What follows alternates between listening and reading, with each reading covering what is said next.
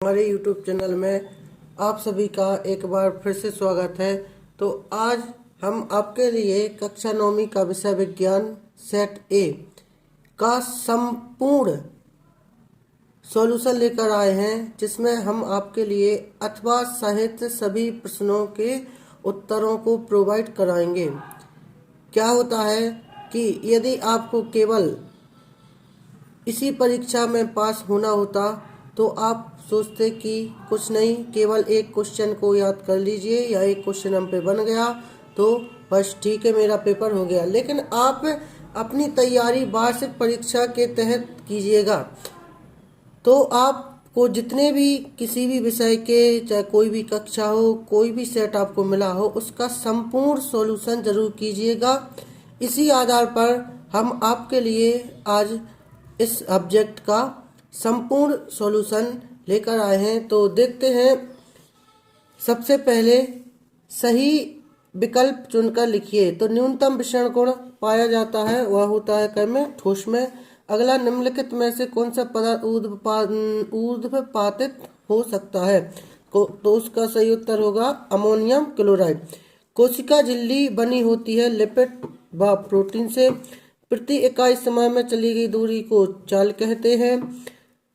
वस्तु द्वारा अपनी गति अवस्था में परिवर्तन के विरोध प्रतिरोध को कहते हैं जड़त्व। और कार का ऐसी मात्रा क्या होता है? जूल। वैसे हमने इसके जो वस्तुनिष्ठ प्रश्न है एक वीडियो में और डाल रखे हैं, लेकिन आज हम आपके लिए इसका संपूर्ण सॉल्यूशन कराने जा रहे हैं। ठीक, तो आगे बढ़ते हैं रिक्त स्थान की ओर। पदार्थ की अवस्थाएं होती हैं, आपको पता होना चाहिए 3 अवस्थाएं होती हैं। इसमें आपका दूसरे वाले में आपका तत्व होगा, दूसरे वाले में जो आपका सही होगा वो तत्व होगा, तीसरे वाले में सही आंसर हो जाएगा विपरीत। क्या हो जाएगा? विपरीत। अगला लिखा है कार। यहाँ पर साफ नहीं दिख रहा, आपके पास पेपर जरूर होगा तो उसमें आप देख सकते हैं। तो कार बराबर बल गुणे विस्थापन होगा। यहाँ पर बल गुणे और खाली स्थान के लिए जो जगह है उसमें आप भरेंगे विस्थापन। क्या भरा जाएगा? विस्थापन। अगले में लिखा है ध्वनि तरंगें होती हैं। तो ध्वनि तरंगें कैसी होती हैं? अनुदैर्ध्य तरंगें होती हैं। ध्वनि तरंगें जो कहलाती हैं वे अनुदैर्ध्य तरंगें कहलाती हैं। अगला, वर्मी कंपोस्ट में उपयोग करते हैं। तो वर्मी कंपोस्ट में क्या उपयोग किया जाता है? केंचुआ। वर्मी कंपोस्ट में उपयोग किया जाता है, केंचुओं का उपयोग किया जाता है। तो इसके बाद आगे बढ़ते हैं सत्य सत्य की तरफ। तो आप इसमें थोड़ी सी जल्दी देख लीजिएगा कि सत्य सत्य में केवल आपका जो दूसरा होगा वो आपका असत्य होगा और जो आपका तीसरा होगा वो भी कैसा होगा? असत्य होगा। जे बाकी सभी सत्य होंगे। इसलिए इसके लिए हम जल्दी कह रहे हैं क्योंकि हमने आपको पहले बताया कि इसके जो वस्तुनिष्ठ प्रश्नों के सारे आंसर हैं वो हम एक पहले वीडियो में डाल चुके हैं। तो आगे देखते हैं। सही जोड़ियों को मिला लीजिए जल्दी से। मिश्रण की जोड़ी आपकी चली जाएगी क में, वायु में चली जाएगी। स्वर्ण हो जाएगा आपका AU हो जाएगा। गति का प्रथम नियम न्यूटन वाला हो जाएगा। इसमें जो तीसरा वाला चला जाएगा 1 किलोवाट। 1 किलोवाट में हो जाएगा आपका 1000 जूल प्रति सेकंड। माइक्रोफोन में अगली चली जाएगी आपकी श्रवण सहायक युक्ति। और रोहू एक क्या है? मछली है, तो इसका छठवां जी सही हो जाएगा। इसके बाद एक वाक्य में उत्तर देखिएगा।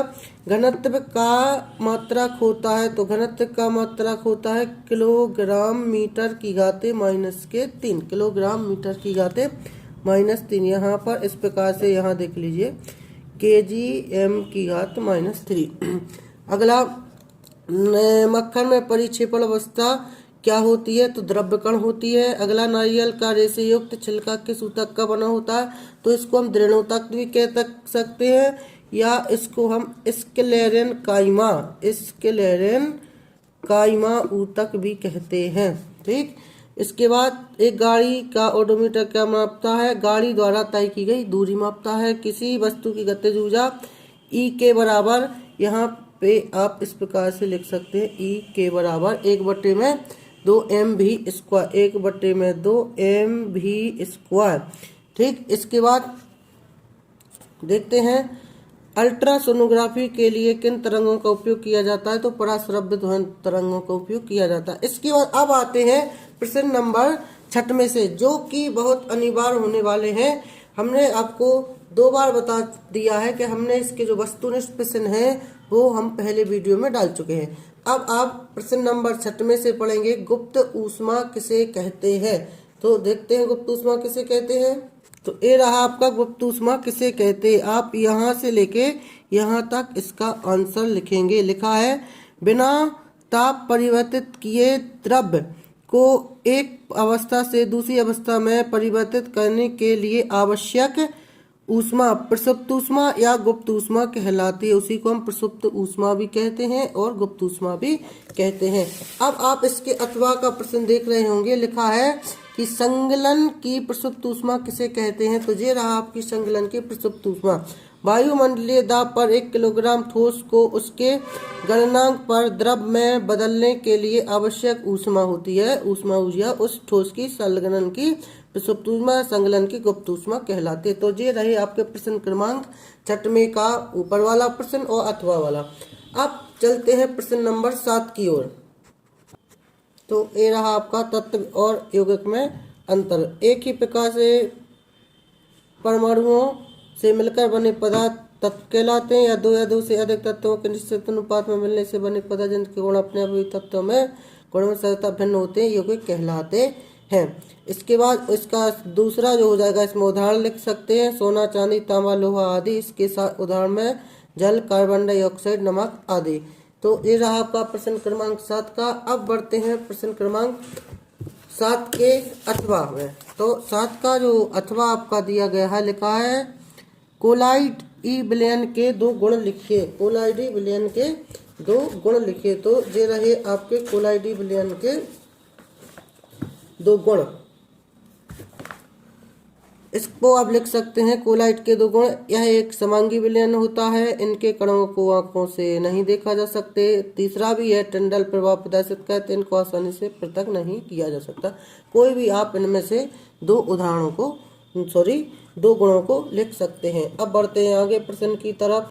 तो जो अगला प्रश्न है आपका, परमाणु से क्या समझते हैं या अणु से क्या समझते हैं। तो देखते हैं परमाणु और अणु को परिभाषित करेंगे यहाँ पर। तो ये लिखा है आपका, परमाणु क्या है।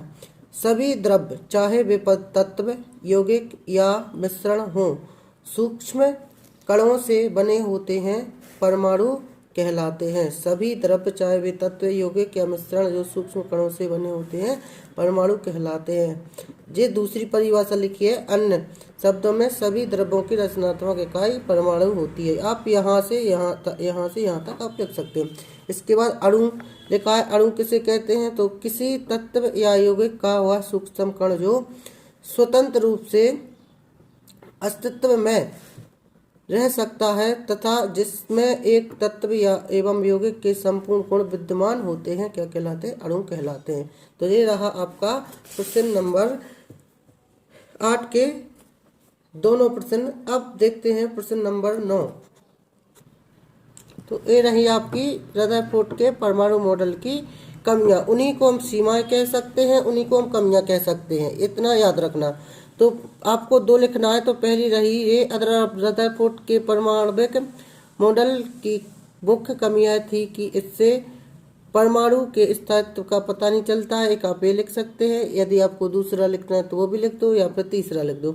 रदरफोर्ड के अल्फा कणों के विकिरण के प्रयोग से परमाणु में उपस्थित प्रोटॉनों तथा इलेक्ट्रॉनों की संख्याओं के बारे में कोई जानकारी प्राप्त नहीं होती। आपके लिए 3 दी गई हैं, जल्दी से इसका स्क्रीनशॉट ले लीजिए। अब बढ़ते हैं आगे। लिखा है सोडियम परमाणु का इलेक्ट्रॉन विन्यास। तो इसमें क्या होगा, आपको इसका परमाणु क्रमांक पता होना चाहिए। इसका जो परमाणु क्रमांक होता है, सोडियम का जो परमाणु क्रमांक होता है वो कितना होता है, पहले 11। ये तो आपका परमाणु क्रमांक है, लेकिन वो पूछा इलेक्ट्रॉन विन्यास। तो इलेक्ट्रॉन विन्यास में आप इस प्रकार लिखेंगे 2, 8 और 1। ये कहलाएगा आपका इलेक्ट्रॉन विन्यास। आप इस प्रकार से इसको हेडिंग डाल सकते हैं, इलेक्ट्रॉनिक विन्यास, और लिख सकते हैं 2, 8, 1। ठीक। इसके बाद ऐसे 2 अंगकों के नाम लिखिए जिनमें अपना आनुवंशिक पदार्थ होता है अथवा है लवक के कार्य। दोनों के उत्तर देखते हैं हम। तो ये रहा ऊपर वाले का। क्या आप ऐसे दो अंगों के नाम बता सकते हैं जिनमें आप अपना अनुमानित पदार्थ देखते हैं? तो इसका उत्तर सही होगा माइटोकॉन्ड्रिया और प्लास्टिड। क्या सही होगा? माइटोकॉन्ड्रिया और प्लास्टिड। ये रहा आपका 10वीं का। अब देखते हैं हम 10वीं का अथवा प्रश्न। लिख लीजिए फटाफट। अब 10वीं के अथवा में क्या लिखा है? लवक के दो कार्य। तो ये रहे आपके लवक के दो कार्य। पहला देख सकते हैं आप, दूसरा भी देख सकते हैं। लिख लीजिए फटाफट या स्क्रीनशॉट ले लीजिए। आपको इसके नीचे जो प्रश्न दिख रहा है, माइटोकॉन्ड्रिया को कोशिका का बिजली का क्यों कहते हैं, ये बहुत महत्वपूर्ण प्रश्न है। ये चूंकि अभी पेपर में तो नहीं दिया है, लेकिन ये प्रश्न बहुत महत्वपूर्ण होने वाला है वार्षिक परीक्षा में। तो ये तो रहा आपका 10 का अथवा। अगला प्रश्न नंबर 11 है, ऊतक किसे कहते हैं? तो देखते हैं ऊतक किसे कहते हैं। तो लिखा है उन कोशिकाओं का समूह जो आकृति में समान होता है तथा किसी कार्य को एक साथ संपन्न करता है, ऊतक कहलाता है। फटाफट स्क्रीनशॉट ले लीजिएगा या नोट कर सकते हैं आप। इतने समय में उसको नोट भी कर सकते हैं। इसलिए जब भी आप किसी भी विषय का वीडियो देखो तो आप एक पेन और कॉपी जरूर साथ में रखिएगा, ताकि आप उसको साथ में लिख भी सको। ठीक, तो आगे बढ़ते हैं इसी के साथ अगले प्रश्न की तरफ।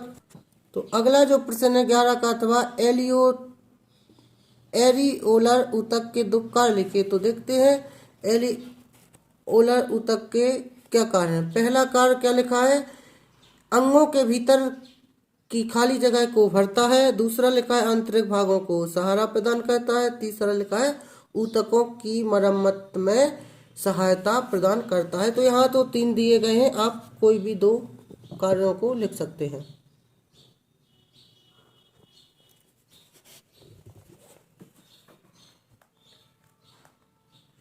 फटाफट से लिख लीजिए।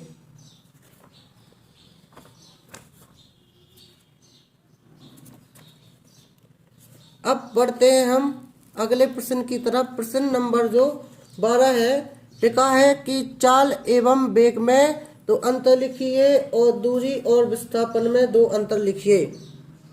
तो ये रहा आपका चाल और वेग में अंतर। प्रश्न क्रमांक 12 है। ये प्रश्न क्रमांक 12 का उत्तर कहेगा चाल और वेग में अंतर। यहाँ पर देख सकते हैं आप 5 चाल और वेग में अंतर लिखे गए हैं। कोई भी आप 2 को लिख सकते हैं और आप कम से कम 3 से 4 अंतर तो याद करके ही रखेंगे, क्योंकि यही आपका वार्षिक परीक्षा में काम का रहेगा। तो फटाफट से लिख लीजिएगा।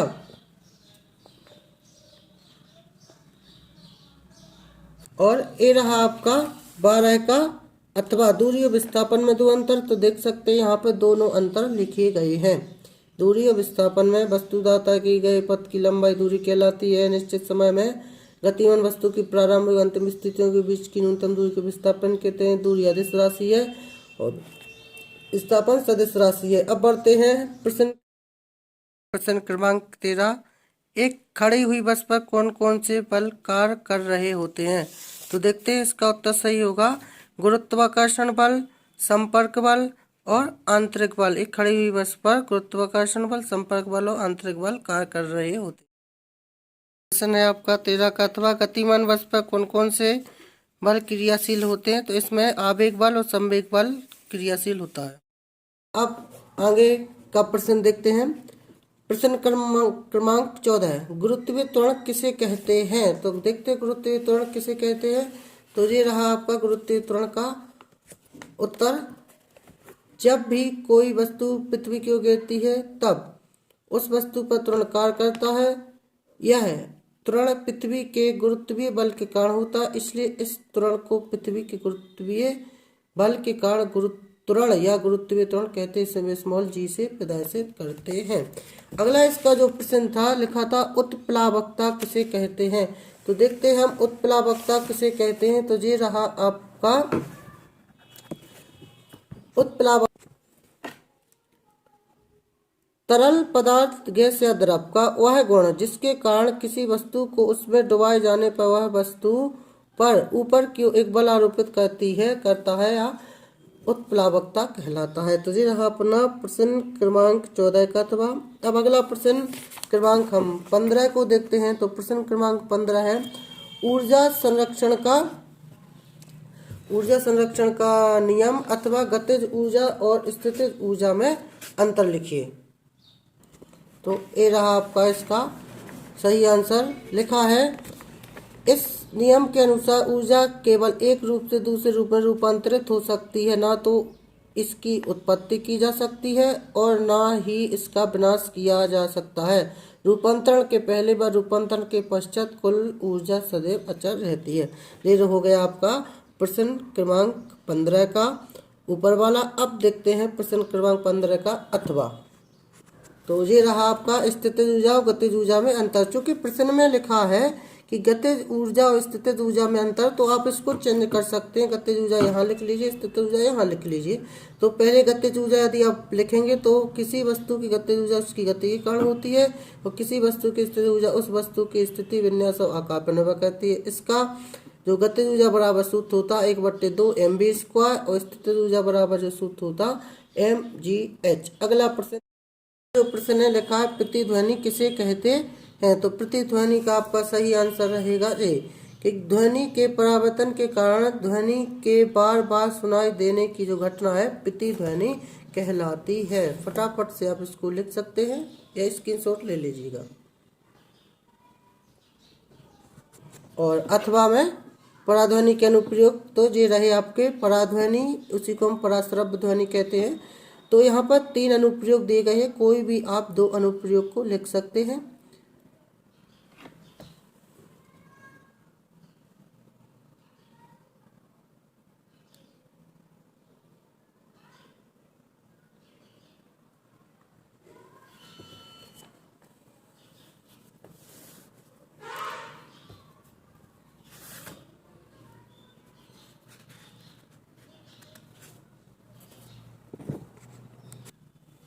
तो प्रश्न क्रमांक 17 का उत्तर आपका दे रहा।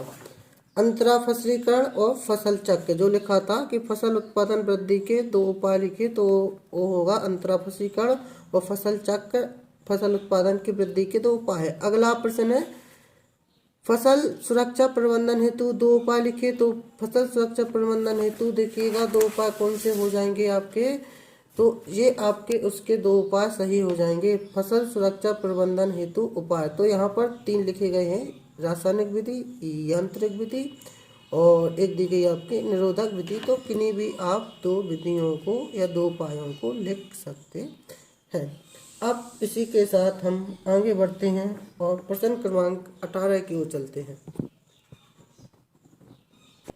तो इसमें हमें सोडियम ऑक्साइड, एल्यूमिनियम ऑक्साइड और कैल्शियम ऑक्साइड के सूत्रों को लिखना है। तो देखते हैं। तो ये रहा आपका सोडियम ऑक्साइड का सूत्र Na2O। एल्यूमिनियम ऑक्साइड का सूत्र रहा Al2O3। आपको ये पूछा नहीं गया है, फिर भी याद कीजिए। सोडियम सल्फाइड को Na2S बोलते हैं।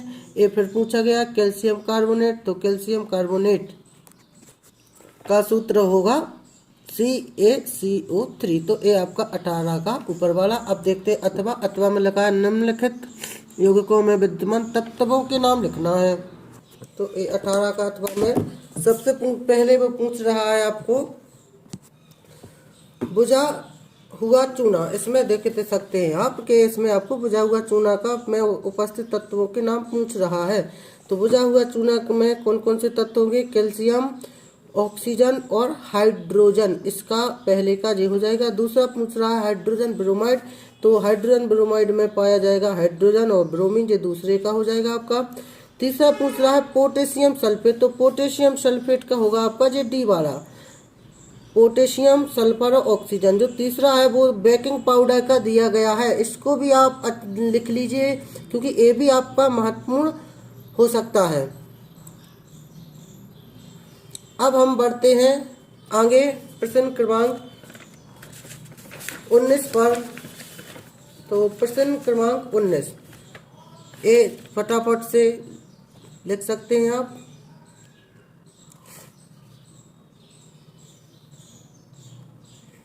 तो प्रश्न क्रमांक जो 19 है एवं यूकेरियोटियों में कोशिका में अंतर लिखिए।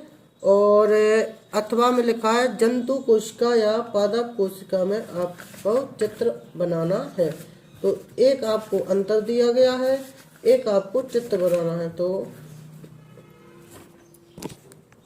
ये तो रहा आपका अंतर प्रोकैरियोटिक कोशिका और यूकेरियोटिक कोशिका में अंतर। यहाँ पर 6 अंतर दिए गए हैं। आप किन्हीं भी कितने अंतर पूछे गए? 3 अंतरों के लिए 6 अंतर आपके लिए उपलब्ध है। आप कोई भी 3 अंतर लिख सकते हैं।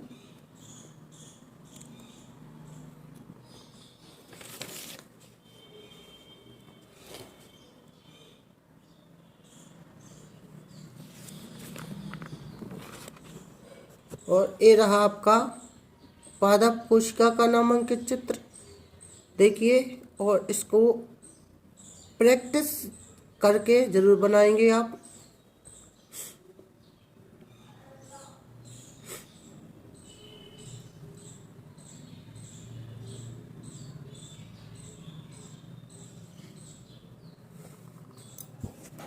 और ये रहा आपका जंतु कोशिका का नामांकित चित्र।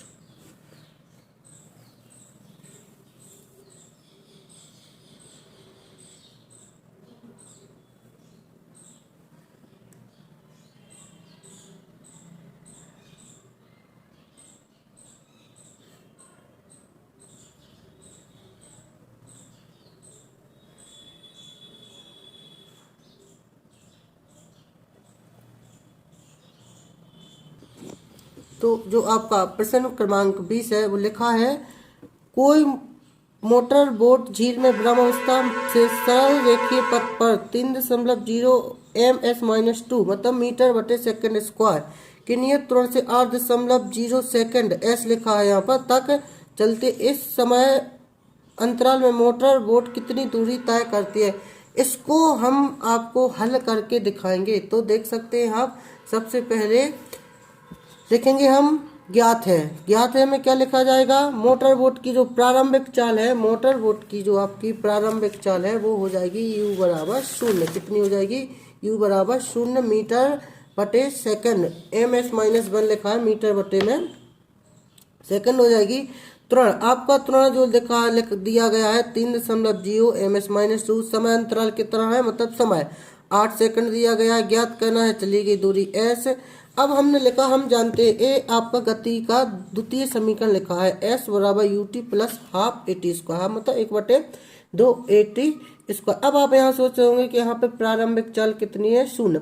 तो क्या होगा कि यहाँ पे जो कोई मोटर बोट झील ब्रह्म अवस्था से है, ब्रह्म अवस्था मतलब शुरुआत में है, तो शुरू का जो प्रारंभिक वेग, 2 वेग होते हैं आपके, प्रारंभिक और अंतिम। तो जो पहला वेग है प्रारंभिक u से जिसको हम प्रदर्शित करते हैं उसका जो वेग दिया गया है कुछ नहीं है, तो इसमें आपको 0 माना जाएगा।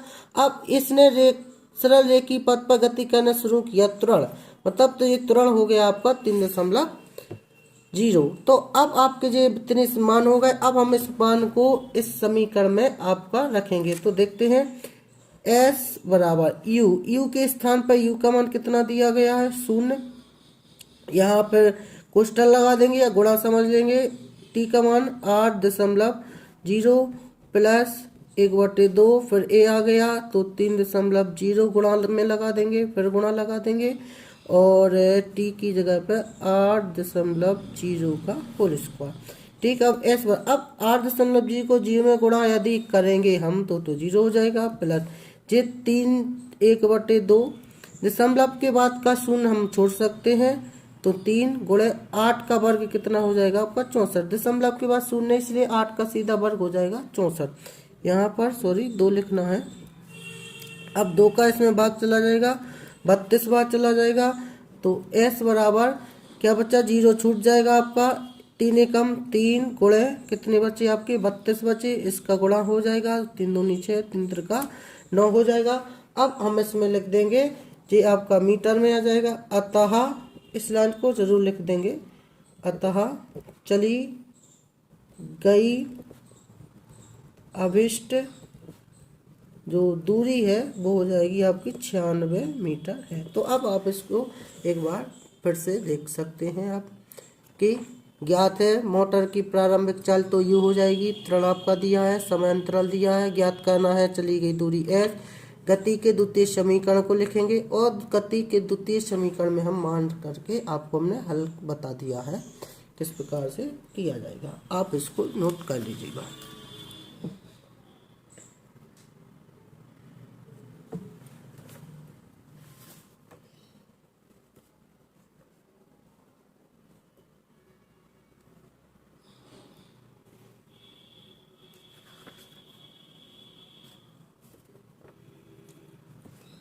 अब हम आपके लिए प्रश्न क्रमांक 20 का अथवा भी कराएंगे।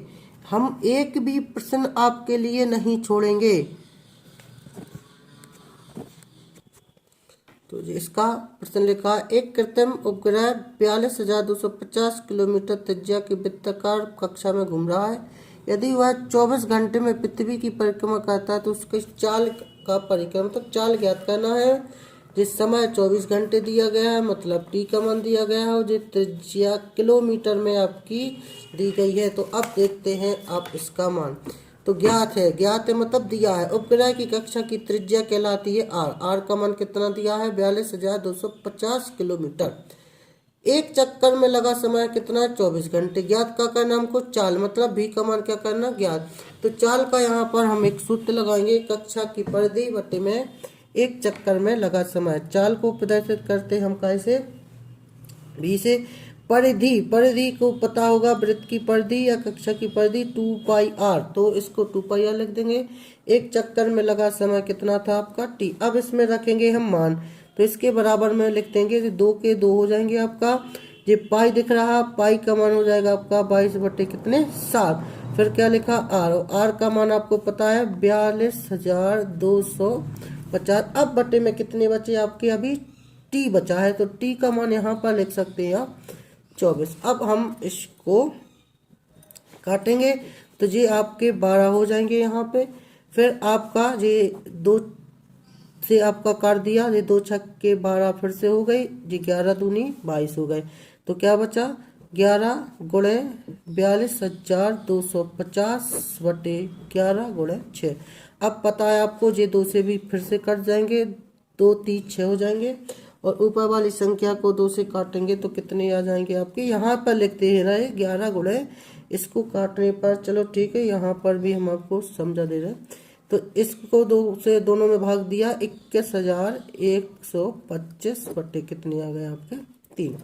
अब क्या करेंगे, हम ऊपर का गुणा करेंगे और फिर उसमें हम 3 का क्या देंगे, भाग देंगे। तो पहले हम आपको ऊपर का अपन गुणा करते हैं, तो 11 पन्ना 55 हो जाएंगे, 5 बच जाएंगे। 11 दूनी कितने हो जाएंगे, 22 हो जाएंगे। 5 हासिल भी आपकी बची थी, तो 22 और 5 27, फिर से 2 बच गए। 11 एकम 11 और 2 हासिल की 13 हो गए, 1 हासिल बच गई। 11 एकम 11, 1 हासिल 12 हो गई, फिर 1 हासिल 22 हुए, कितने हो गए 23। अब 3 का जब हम इसमें क्या देंगे, भाग देंगे, तो 3 का भाग देने पर देखते हैं क्या आता है। तो 3 के भाग देने पर, सॉरी यहाँ पर हमारे अभी कितने बचे थे, यहाँ पर 11 बचे थे और यहाँ पर आपके कुछ नहीं बचे थे। यहाँ पर भी 11 गलत लिख दिया गया है। यहाँ पर कितने बचे थे, 7 बचे थे, तो यहाँ पर भी कितने हो जाएंगे 7, सॉरी यहाँ पर आप देख सकते हैं, ये 7 गुणे 3 कितने हो जाएंगे, 7 3 21 हो जाएंगे। 7 3 कितने हो जाएंगे, 21 हो जाएंगे।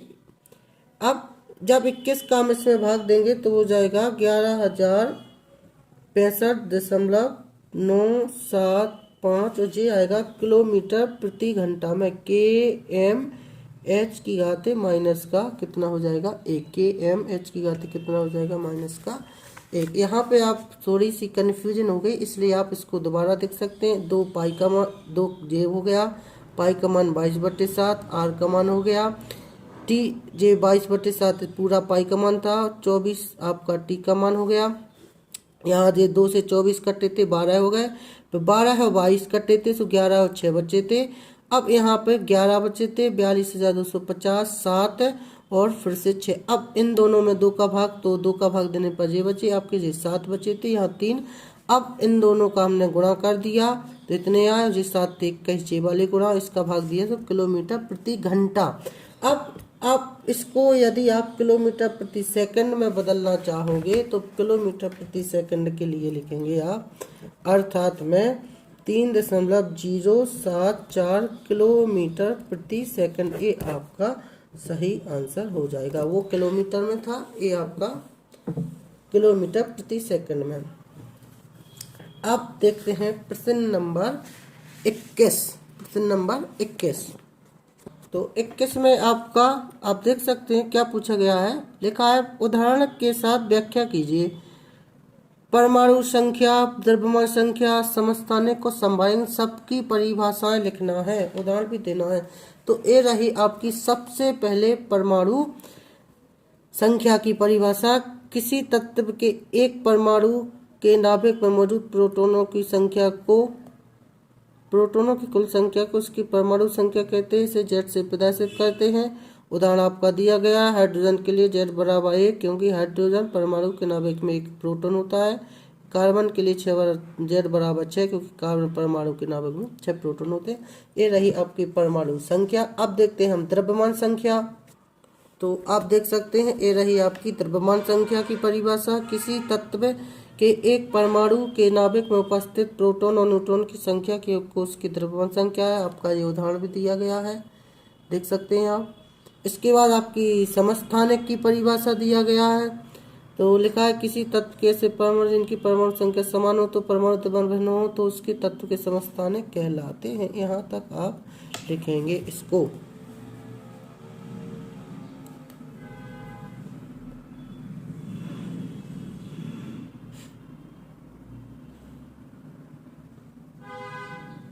अब आप देखते हैं यदि इसके उदाहरण भी लिखना है तो आप इसमें से कोई एक उदाहरण आप इसको लिख सकते हैं। इन तीनों इस पूरी तालिका को बनाएंगे।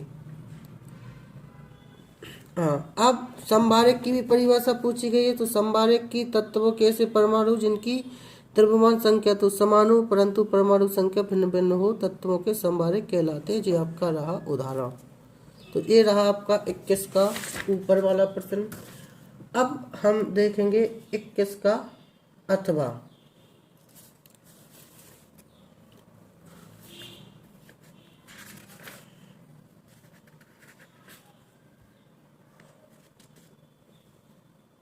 तो 21 के अथवा को हम आपको हल करके दिखाएंगे। अगर ब्रोमीन परमाणु 2 समस्थानिकों 3579 ब्रोमीन 49.7% तथा 3581 ब्रोमीन 50.3% के रूप में है तो ब्रोमीन परमाणु के औसत परमाणु द्रव्यमान की गणना कीजिए।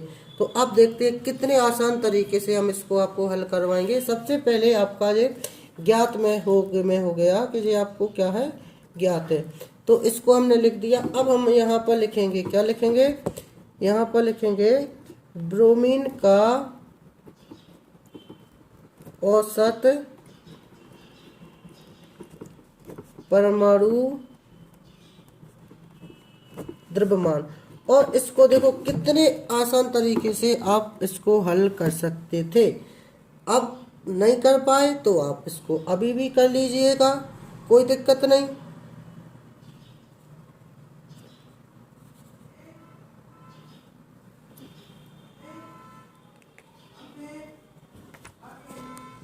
तो इसमें क्या करेंगे हम, ऊपर वाले जो 79 लिखे हैं इसका आप इस वाली संख्या में गुणा करेंगे, मतलब 79 का गुणा करेंगे 49.7 में प्लस लगा देंगे।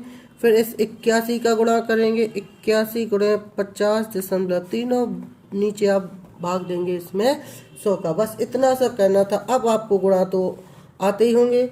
तो ऊपर का जब हम पहले वाले का गुणा करेंगे तो वो आ जाएगा इतना और इसका गुणा करेंगे तो वो आ जाएगा इतना। आप जल्दी से देख लीजिए, गुणा हो गए, गुणा आप कर सकते हैं। अब उन दोनों को हम जोड़ देंगे तो वो हो जाएगा 4000.6 बट्टे में कितने, 100। अब जब हम इसका 100 का भाग देंगे तो 40.006 हो जाएगा और लिख देंगे कि अतः ब्रोमीन का अभिष्ट औसत परमाणु द्रव्यमान 40.006 है। चे होगा क्या आपका, देख लीजिए आप एक बार। बहुत ही सरल था ये प्रश्न। ऊपर का गुणा, इन दोनों का गुणा, बीच में प्लस, भाग 100 का, इन दोनों का गुणा इतना आएगा, इनका गुणा इतना आएगा, 100 हो गए, फिर इनका योग हो जाएगा, 100 का भाग देंगे तो आपका इतना हो जाएगा। अब प्रश्न क्रमांक 22। तो 22वां प्रश्न जो अब होगा आपका, लिखा है पेशियों से आप क्या समझते हैं, कितने प्रकार की होती है, रेखित व अरेखित पेशी को समझाइए। तो अब हम देख सकते हैं कि लिखा ये है, पेशियां शरीर की गति के लिए आवश्यक होती हैं, जो संकुचन व शिथिलन लिखना है के द्वारा क्रिया करती हैं, पेशियां कहलाती हैं। अब पेशियां कितने प्रकार की होती है, 3 प्रकार की, रेखित, अरेखित और हृदय पेशी। अब इनका हमको वर्णन करना है। तो देखिएगा, वर्णन के लिए थोड़ी सा आपको ज्यादा सा वर्णन करना पड़ेगा, क्योंकि अंक 4 में इसको पूछा गया। तो सबसे पहले हम करेंगे रेखित पेशी का वर्णन। तो रेखित पेशी में सबसे पहले हम इसको लिख लेंगे। सूक्ष्मदर्शी से देखने पर ये पेशियां हल्के और गहरे रंग के एक के बाद एक रेखाएं धारियों की तरफ दिखाई देती हैं, इसलिए इन्हें रेखित पेशी कहते हैं। इन पेशियों को हम अपनी इच्छानुसार गति करा सकते हैं, इसलिए ये ऐच्छिक पेशियां कहलाती हैं। ये प्रायः हड्डियों से जुड़ी होती हैं, इसलिए इन्हें कंकाल पेशी कहते हैं। ये शरीर की गति कराने में सहायक होती हैं। इनकी कोशिकाएं लंबी, बेलनाकार, शाखारहित एवं बहुनाभिकीय या बहुकेंद्रीय होती। इसको आप चित्र में बना लेंगे। तो ये आपका एक पेशी का वर्णन हुआ, रेखित का। अब हम इसको आपको दूसरी पेशी का भी वर्णन दिखाएंगे। तो ये रहा आपकी दूसरी पेशी का वर्णन। चूंकि आपका 4 अंक में प्रश्न है, आपको तो पहले पेशी की परिभाषा लिखनी पड़ेगी, जो हमने प्रश्न में बता दिया है। फिर आपको लिखना पड़ेगा 3 प्रकार की होती हैं, फिर 2 का वर्णन करना है, तो 1 का वर्णन दिखा दिया। ये रहा आपका आरेखित पेशी का वर्णन। हम आपको तीनों का वर्णन दिखाएंगे, आप किन्हीं भी 2 का वर्णन लिख सकते हैं। ये रहा आपका तीसरी पेशी का। जो सी पेशी आपको अच्छी लगे या जो आप याद कर सके उसको आप लिख सकते हैं। क्योंकि हृदय पेशी थोड़ी सी वर्णन छोटा है, चित्र देख लीजिए आप, इसको भी आप देख सकते हैं। तो अब हम बढ़ते हैं प्रश्न क्रमांक 22 के अथवा पे। अब आप देख रहे होंगे कि हमने आपको इस प्रश्न का लगभग संपूर्ण हल करवा चुके हैं। एक का प्रश्न और बचा है, तो उसको भी हम देखते हैं। यदि आपने अभी तक भी हमारे चैनल को सब्सक्राइब नहीं किया है, तो हम आपसे कहेंगे भी नहीं, आप खुद सोचेगा कि यदि हम लोग इतनी आपके लिए मेहनत करते हैं, तो आपको चैनल को सब्सक्राइब जरूर करना चाहिए, शेयर भी करना चाहिए और वीडियो को लाइक जरूर करना चाहिए, ताकि हम आपके लिए नए नए वीडियो इसी प्रकार से लाते रहें और आप आपकी परीक्षा की तैयारियों को करवाते रहें। अब आप देख सकते हैं प्रश्न क्रमांक 22 का, पौधों में एपिडर्मिस की भूमिका को समझाइए। तो इसका उत्तर भी आपके पास आने वाला है। तो ये रहा आपका इसका आंसर। पौधों में एपिडर्मिस की क्या भूमिका है, तो ये आपको 5 पॉइंट दिए गए हैं, पहला, दूसरा, तीसरा, चौथा और 5वां। तो इन 5 को आप देख लीजिए और अच्छी तरीके से लिख लीजिएगा या स्क्रीनशॉट ले सकते हैं आप।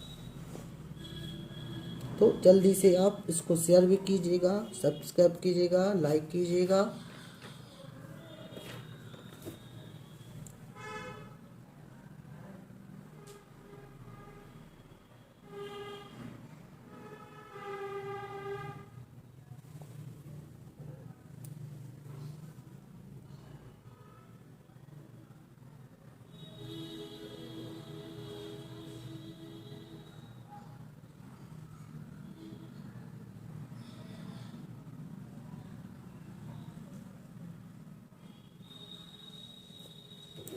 अब आपका प्रश्न क्रमांक 23।